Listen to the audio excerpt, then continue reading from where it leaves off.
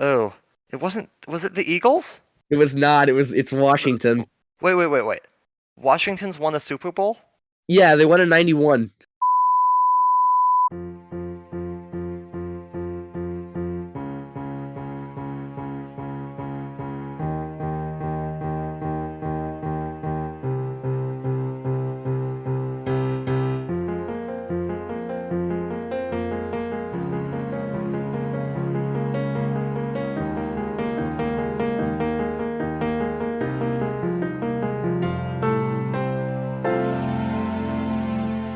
Hello, I'm Colin, And I'm Charlie.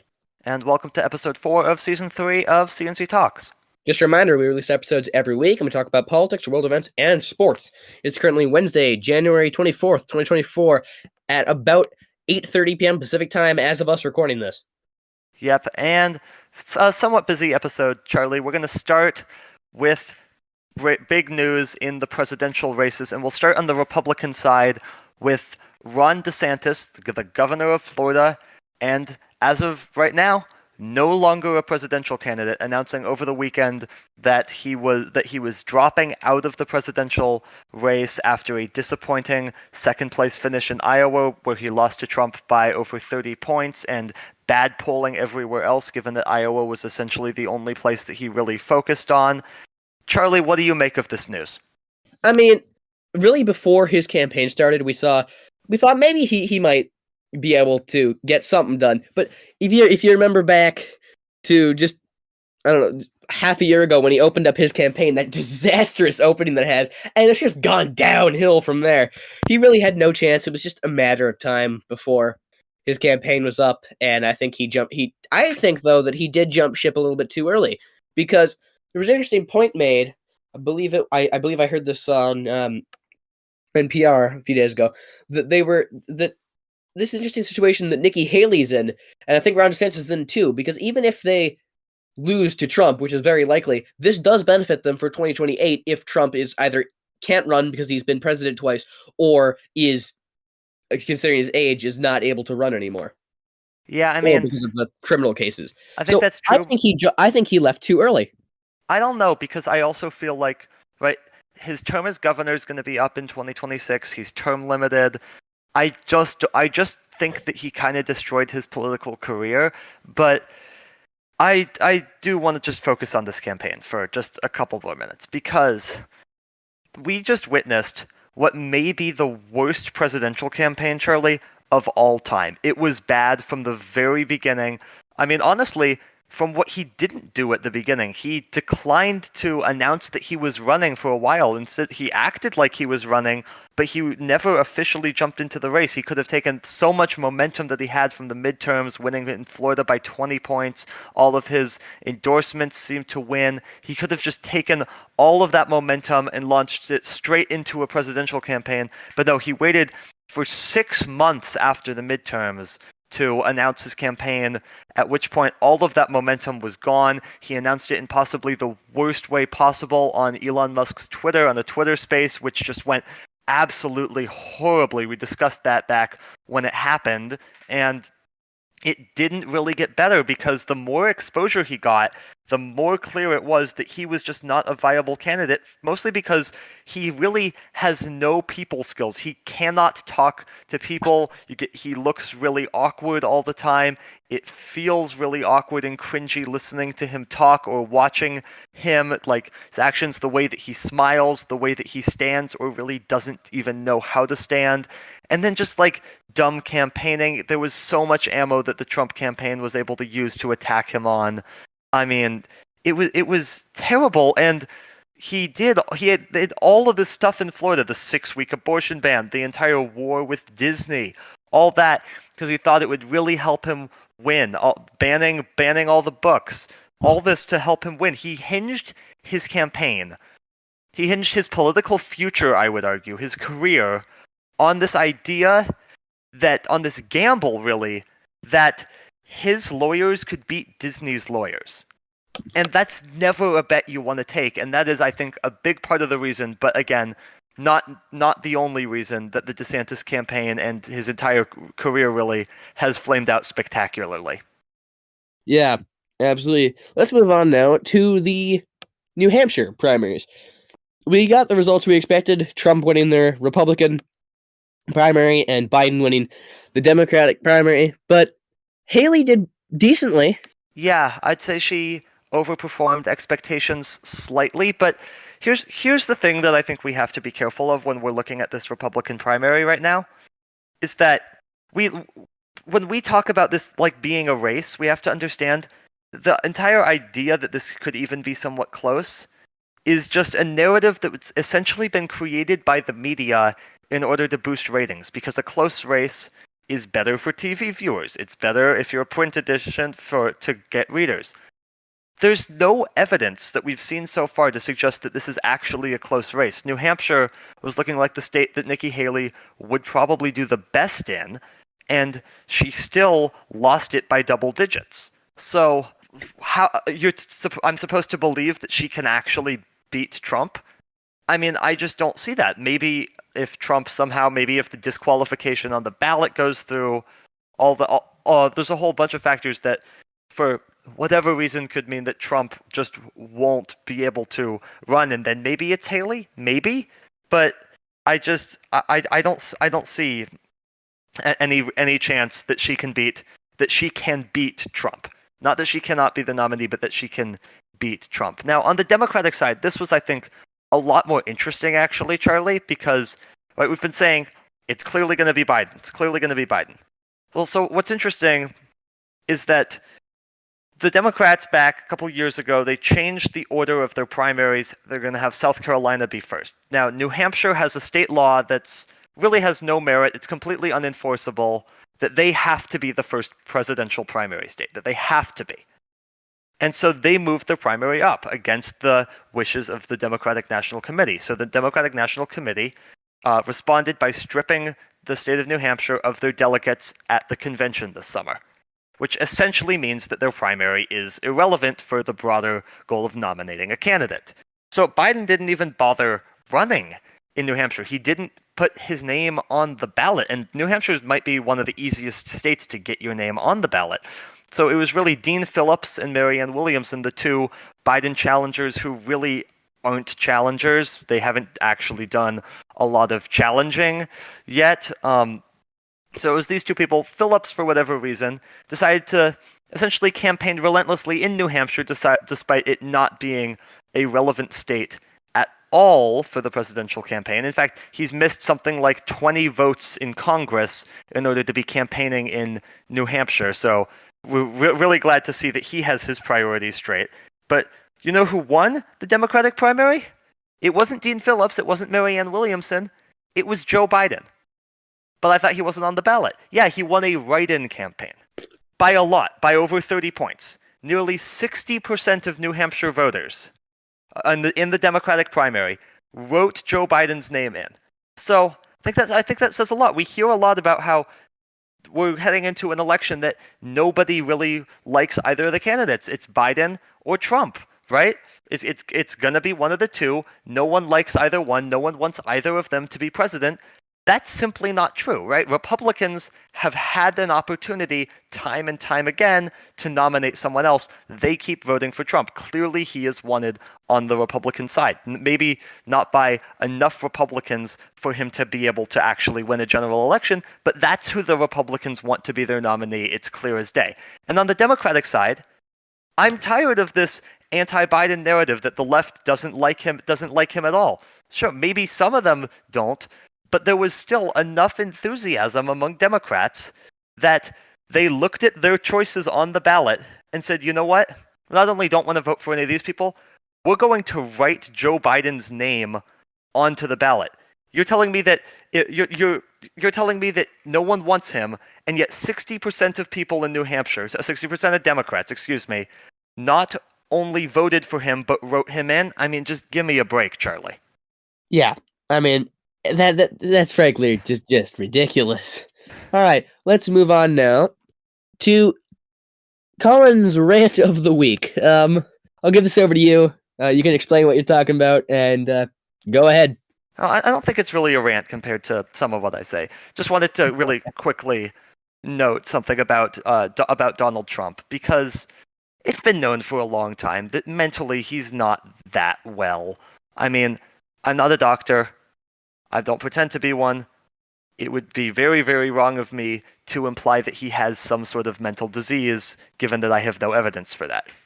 Also, something is clearly off with him, even more so than normal, and it's getting worse very, very quickly. His speeches, if you've listened to any of them, he is slurring his words more than normal. He is even more incoherent than he normally is. He just says words that don't even go together at all, just stringing random words together. Something about the death penalty was one that he mentioned. He confused Nancy Pelosi and Nikki Haley numerous times, right?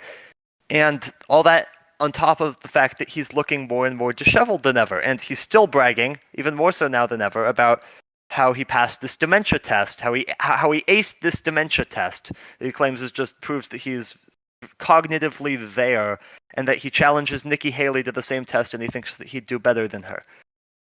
Something is just not right with him. It makes me genuinely wonder about the state of his health, about how quickly things are getting worse, and what kind of state he'll be in by the election. Yeah, and I think that is something that we need to keep an eye on. Now, let's go to Texas now, and oh boy, we got controversy. Colin, what's going on? Yeah, so Texas has been wanting to put up this razor wire at the border, as well as a whole bunch of other measures too, that they claim is just to keep migrants out because they're being invaded. In reality, it's just super inhumane ways to do it. Of course, people shouldn't be crossing the border illegally. That doesn't mean that we need to electrocute them as they come across. But that is what Greg Abbott, the governor of Texas, wants to do because pro-life, am I right? So the Biden administration went to court over this, essentially said, this isn't your place to do stuff like that. It's on U.S. Border Patrol, as it's the border. They have control of the border. And in a very close decision, it was 5-4, the Biden administration won. But Texas is not willing to follow the order, right? It's not the first time that we've discussed a state not abiding by a Supreme Court ruling. We looked at Alabama with the gerrymandered maps a few months ago. But now, they are continuing to put up this razor wire at the border, which goes against exactly what the Supreme Court says. I mean, I could talk about how Texas should have better priorities than this at all, completely, such as, fixing their power grid, which continues to fail. But that's not even the broader point here. The broader point is just that they're ignoring the Supreme Court, and they're doing it to do what? To kill migrants. To electrocute migrants, Charlie. I mean, that is just horrifying. I mean, the lengths they will go to is insane. And at the point you brought up, pro-life, but it depends on who we're talking about. Exactly. They care about the unborn babies, except they don't. They really just care about restricting women's rights, because it's not like they care about the babies once they're born, right? Texas leads the nation in mass shootings over and over and over again. People freeze there in the winter because the power grid can't take it, right?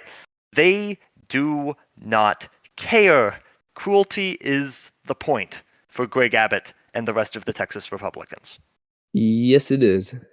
You got a stat for us? I do indeed. So, if any of you watched the divisional round of the NFL playoffs, oh, Buffalo did it again. Oh boy, they did it again. They did precisely what they did in the Super Bowl in 1990 when they lost which would be the first of 4 straight Super Bowl losses. Can you name the 4 teams that they lost to? They lost to the Giants. Was it the Giants in the first one? The Giants were the first one. Okay, the Cowboys, they lost to them twice. Was it 3 and 4? It was 3 and 4. You're missing one team in the middle. Was it the 49ers? It was not. Oh man. Help me out here. Tell me division. They are in the East. Oh, it wasn't. Was it the Eagles? It was not. It's Washington. Wait. Washington's won a Super Bowl? Yeah, they won in 91. How did I not know this? I believe that they've won. I don't know how many they've won. I think they've won more than one. Maybe not. I don't know. That is Wow. I clearly need to read up on my football history a bit because that shocked me, Charlie. Good job. So let's move on to sports now, and let's talk about those NFL playoffs. And Charlie, you want to start with that Chiefs-Bills game? Yes, I do. Just so you know, by the way, they have three. They have 83, Really? 83, 88, and 92. Wow. Okay. And they have two That's losses as well, 84 and 73. that is very unexpected for me. Yeah, talk about that Chiefs-Bills game. What stuck out to you on this one? Well, the thing that stuck out to me is Travis Kelce. I mean, we expected him to deal some damage with how damaged that Bills linebacker core was, and he was just destructive. He had a couple of big catches, scored 2 touchdowns. Mahomes gets it done again, and I actually have a question for you. With this current core, can Buffalo win a Super Bowl? I mean, I kind of don't think so. I mean, Yeah, we've I seen them agree. get to one championship game. Let's think about who they have to face. Yeah, Are they better than the Bengals? Maybe. I don't know. Are they better than the Chiefs? No. No. Are they better than the Ravens? No. No. Are they going to be better than the Texans next year? Probably Maybe. not. I mean, but we also look at like the Jaguars, like what they did last year. We thought that they'd be the easy division winner again. So like, right, stuff How about happens. Miami? Yeah, they can beat Miami. If Miami still has Tua, they can beat Miami. But I mean, they did. Like, they literally did a week ago, Charlie. They did. But so, look, the Bills. I actually thought Josh Allen played a pretty good game. It's really, really unfortunate what happened with the kicker. Obviously, he played a great game. Yeah, missing that big field goal. But I mean, for a couple points here. First of all, the Bills and the Chiefs continue to entertain us every single time that they play each other. And I mean, sure, it's the Chiefs though that keeps coming out in the playoffs when it matters the most. And we do not need to keep moving the goalposts for Patrick Mahomes. I mean, there was an argument. Well, let's see. Can he even win a playoff game on the road? He's never done that before. A true playoff road game. He's only played at home or at a neutral site in the Super Bowl. Well, clearly the answer is yes. All right, I don't need to hear the goalposts moved again. Can he get to the Super Bowl on the road? No, I don't care. He has done enough to be considered the greatest player currently playing the sport. And do I think he'll get to the Super Bowl? No, I think that the Ravens will beat them, but I can't count it out. And then, yeah, Travis Kelce, Charlie. He had a kind of a down year because teams knew that they could just essentially cover him, and the Chiefs had no one else, really. But he showed up in the playoffs when it mattered the most. Just a big night for the Chiefs. Let's talk about that other AFC game, Charlie. The Texans, they had a great run, but it finally came to an end at the hands of the Baltimore Ravens, who, Charlie, I kind of think are unstoppable. Yeah, this game was a lot closer, particularly in the first half, than I think a lot of people expected it to. The front seven for Houston did what they needed to do. They stopped Lamar Jackson. Yep. They had that huge punt return for a touchdown that really put him back in it, but second half, Lamar, just too much. But Houston, the future is very bright. Yes, it is. CJ Stroud had an incredible first season. Just truly amazing. And as for Baltimore, yeah. I think this season's over. I think Baltimore is going to roll to the Super Bowl. But yeah, I mean, you've said a few different things on this because I think last week you also said that the Texans were going to beat Baltimore. But I said it was a possibility. That Texans team, I think, is a lot better than a lot of people give them credit for. Yeah, I mean, rookie quarterback, rookie coach, coming off, I think it was 3 wins last year.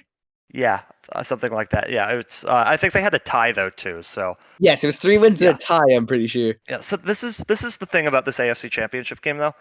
This is, in my opinion, the toughest playoff game that Patrick Mahomes will play or has played in his entire career. On the road in Baltimore, which is clearly just the best team in the NFL this year. And I think that the Chiefs will probably lose, but you can't count them out because it's Patrick Mahomes in the playoffs. Yeah, and it is likely to rain on Sunday as well, making the conditions even worse. Yeah, let's talk about on the NFC side. Start with the 49ers. Charlie, it really felt like if the 49ers were going to get knocked out in the NFC playoffs, that was the chance. and the Packers blew it, but still a great season from the Packers, better than anyone I think could have expected. Jordan Love really looks like a legit future franchise quarterback for that team. The Packers are the youngest team in the league, and I think I'm going to say the same thing as Houston. I do not like Green Bay, mostly because of Aaron Rodgers, but he's gone. And Brett Favre. I'm not particularly happy because they made Seattle not make the playoffs, but oh well. Great season. I'm sure they'll be back next year, probably, given the state of that division. I mean, the Lions are still great, but those other two are not great. I think it's very possible that the Vikings are the worst team in that division next year. But that would be something. But the what I want to focus on is the 49ers. If they had played any other team in the playoffs, they would have lost that game. Well, not the Cowboys. Okay, that's fair. But they did not look good, and this is the pick that I think everyone wants. I'm going to take Detroit. Yeah. I mean, we'll get to that Detroit game in a second, Charlie, but I'm wondering if your opinion on Brock Purdy changed at all after watching that game. He was not great for most of it, but then had a great final drive of the game. For me, my opinion didn't change much on him. I still think he's a somewhat above average quarterback, and that's about it. What about you? My opinion did change a little bit, and it has changed throughout that season. I think he has the potential to be very good, and I think he is very good. He does have some limitations. Of course, I think in order to really determine how good of a quarterback he truly is, we need to see him outside of Shanahan's offense. Sure.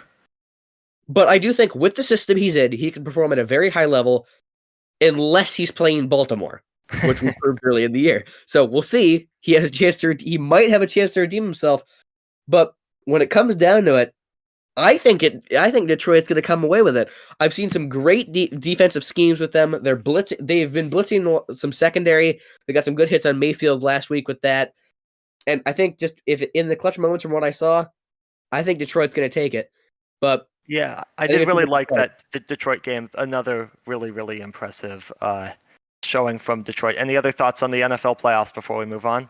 I do have one last thing. This was interesting. This was one of the first times I could think of where 3 of the 4 games came down to one last possession. The Bills missed that field goal. Mayfield threw an interception down by 8. Love threw an interception down by 3, I believe. Yeah. Charlie, you're missing a pretty obvious one, though. Down 4, what am I missing? Mayfield's interception? No, I'm talking about a year where there were this many close divisional games. What year am I missing? Literally 2 years ago. Yeah, good point. Bengals, Titans came down to the last play, game-winning field goal. The 13-second game. Yeah, the 13-second game, and then in the NFC, it was the Buccaneers coming back against the Rams, but then the Rams kicking the game-winning field goal, and then also the game-winning field goal for the 49ers over the Aaron Rodgers Packers. So I'm going to be completely honest. That was the year the Seahawks went 7-10. You didn't care. And I was so mad that I just didn't watch the playoffs because I was just pissed, and then I was rooting against the Rams in the Super Bowl, so that went. I do believe that as of this week, by the way, you also officially clinched our fantasy league, so congratulations to that, and we'll see when we end up doing the sandwich. I'm not looking forward to it. We will report on that. Yes, we will. Let's move on now to the Australian Open. As of this recording, the semifinals are about to start. The women's semifinals. What's left is on one side of the bracket, Coco Gauff and Aryna Sabalenka, kind of who you'd expect, the number 4 seed, number 2 seed. On the other side of the women's bracket, though, it's Yastremska, a qualifier from Ukraine, and Zheng, the 12 seed. It's been an absolutely absurd women's bracket. Iga Swiatek, world number 1. Went out in the 3rd round. Elena Rybakina, number 3 in the world, lost in the 2nd round in a tiebreak that was 22 to 20, just an absurdly long tiebreak. Jessica Pegula, world number 5, went out in the 2nd round. Ons Jabeur, world number 6, 2nd round. Marketa Vondrousova, the defending Wimbledon champion and number 7 in the world, went out in the 1st round. Sakkari, number 8 in the world, went out in the 2nd round. Ostapenko went out in the 3rd round. There's been so many huge upsets. I think only like 7 of the seeds on the women's side actually made it to the round of 16, which is just absurd. So tournaments wide open. And on the men's side, well, what do you expect?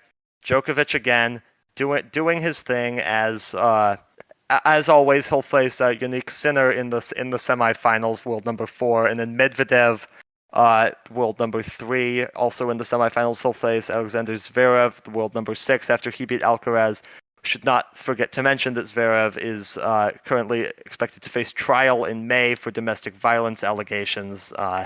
Worth bringing up whenever we talk about him. Lot less excitement on the men's side because it's kind of playing out as Chalk would have predicted it. An okay showing for the U.S. men. Same with the women. Just an okay showing. Nowhere near on the men's side how the U.S. men performed at last year's Australian Open, but still a decent tournament for them. We'll see where it leads, and we'll update you next week. Charlie, what have we got next? All right, yeah, now back to the sports that actually matter. Hey. All right, let's give an update on the NBA. What has gone on since we have last checked in? The answer is a lot. Yeah, let's start with the Bucks, who fired their coach Adrian Griffin and hired Doc Rivers. What do you think about this, Charlie? They're going to choke a 3-1 lead. They're going to do it. You know they're going to do it. But, yeah, so the Celtics still the top seed in the East. Bucks 3 games back. The 76ers on a 6-game win streak as of recording this, who are now the 3 seed. Cavaliers also went on a big run, lost recently. They're the 4 seed. Knicks are the 5, Heat are the 6. And then as for the play-in teams, as of now, it's Indiana, who just traded for Pascal Siakam. The Magic, who have cooled off to the 8 seed. The Bulls and the Hawks rounded out, only 1 game up of the Nets. Now in the West, we have a tight battle up top. The T-Wolves still hold the 1 seed, half a game, but only half game back are both Denver and OKC. That OKC team is looking dangerous. Yeah, they could make a really deep run. The Clippers are finally starting to get some momentum behind them. They're the 4. And they're I've liked how Harden's been playing for them. They're only 2 games back. And then we fall back a little bit. 5 and 6 are both 5 games back. That being the Suns and the Pelicans. As for the play-in teams, as of right now, they're the Kings, the Mavericks, the Lakers, and the Jazz. Nah, there's a notable team here that is not in the Western Conference playoffs right now. Okay, so Charlie, didn't your team just lose to the Pistons? Maybe. It's not a maybe. It's a yes. That actually happened, and good. It's it improved my lottery odds. Okay, you still lost to the Pistons. That's embarrassing. I would honestly at this point I would rather us not win a game for the rest of the year and get a better draft pick. Yeah. Then again, we're gonna waste it on someone who's gonna get arrested again, probably. Oh, absolutely, you are. Some notes. I love being a Hornets fan. I didn't mind the Bucks firing Adrian Griffin. I thought hiring Doc Rivers was not a good move. He is an overrated coach, I would say. He has one title, and it was with a God Squad. He was once a good coach, a really good coach. He's now a fine coach. Is he a better coach than Adrian Griffin? I don't know, but I mean, Adrian Griffin was in his first year with the Bucks. Yeah, it's an odd move. I think things just weren't working. The Celtics, they finally lost a home game. Still, I think, going to be difficult to beat in the playoffs until, of course, someone beats them because Joe Mazzulla does something absolutely stupid, as essentially always happens. We kind of called it a few weeks ago that the Magic would regress. Still like that team, like what they could do in the future. Really looking in the Western Conference there's a few teams that just really need to make a move at some point. The Kings, they're kind of just sitting there, haven't really done much. The Lakers kind of just sitting there. The Suns, they've started to heat up a bit. They've won 7 straight, but is their big 3 finally actually playing together, or are they hurt again? I think so. I think it's safe to say that the Grizzlies season is over without Ja Morant. Also, want to note a couple big scoring records. Joel Embiid set the 76ers scoring record in a single game. 70 points, beat a Wilt record. That's not that easy to do. And then Karl Anthony Towns broke, I believe, his own record for most points in a single game for the Timberwolves with 62. Charlie, any other notes on the NBA? I do want to mention one thing. The Karl Anthony Towns 62-pointer was against Charlotte, and Charlotte won. I forgot about that. Oh, No, yeah, we they won. did actually. We won.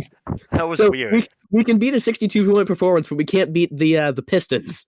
Yeah, Sounds like that's the sad. most normal season ever. Yeah. Let's move on to the NHL, Charlie. Top of the divisions, the Bruins, not nearly as good as they were last year. That's kind of hard to do. Will they be bounced in the first round again? I don't know. I hope Panthers, so. after last year's finals run, they seem to be actually legit now. Rangers lead the Metropolitan Division. In the Western Conference, it's the Canucks at the top of the Pacific Division and the Jets at the top of the Central Division. Charlie, are Kraken kind of just sitting back there? They've been on a bit of a run recently. I want to add, though, Edmonton is on fire. They have won 14 straight. Yeah. What is the record, I wonder? I don't know. But the Kraken, they were on a hot streak, then lost 4 straight. I think that they're gonna win today. Yeah, they're as of our recording this, they're up 3-1. So looks like they are on pace for a win. What other surprises, Charlie, have you seen here in the standings?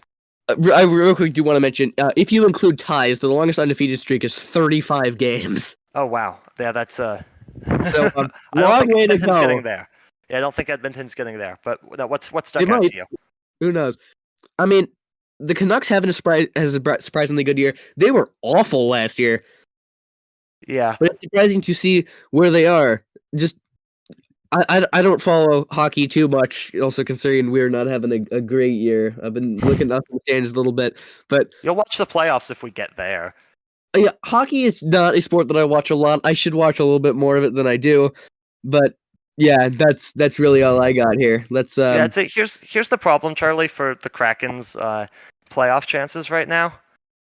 Right, so they're currently sitting in 5th in the Pacific Division. Right, top 3 from each division go to the playoffs. So as plus of right now, yes, plus 2 wildcards. So as of right now in the West, you're looking at Winnipeg, Colorado, and Dallas getting playoff spots in the Central, and Vancouver, Vegas, and Edmonton getting playoff spots in the Pacific.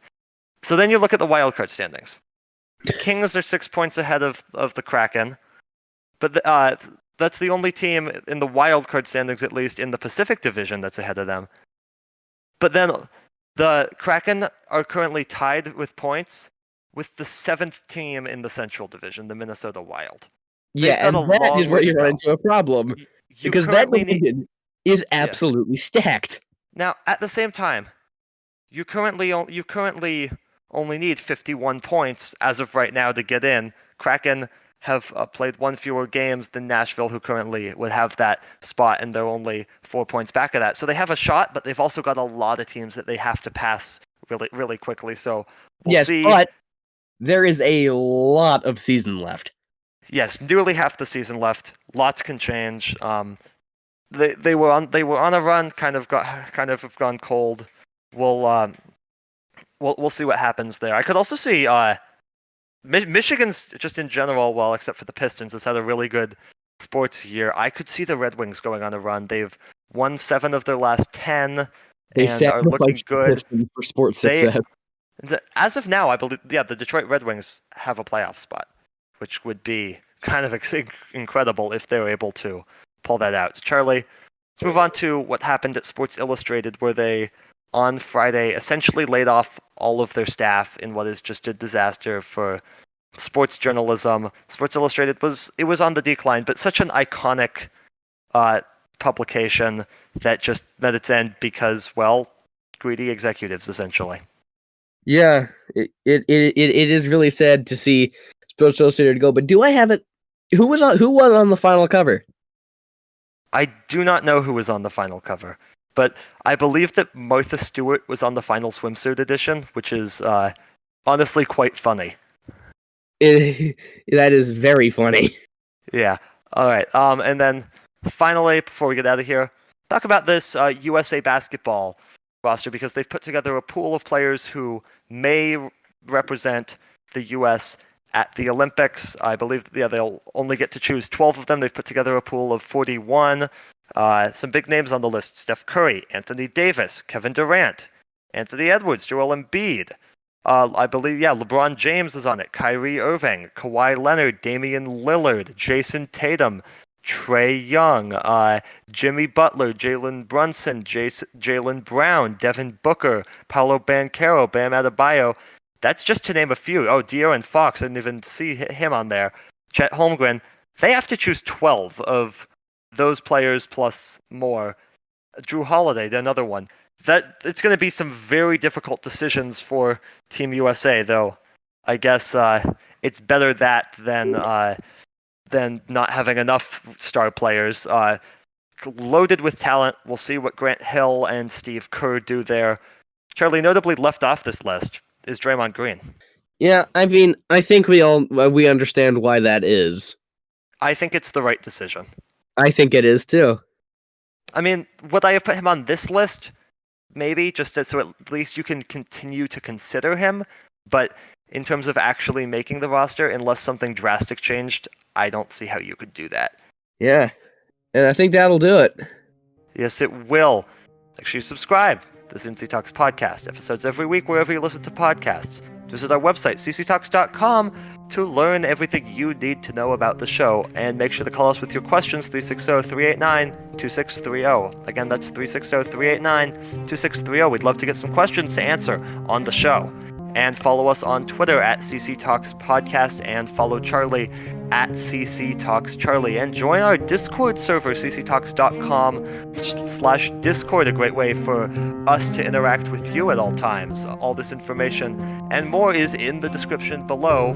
So for now, for our producer Morris and our production designer Zach, I'm Colin. I'm Charlie. Ravens, please, we gotta stop the Taylor Swift Super Bowl, and we'll see you next week.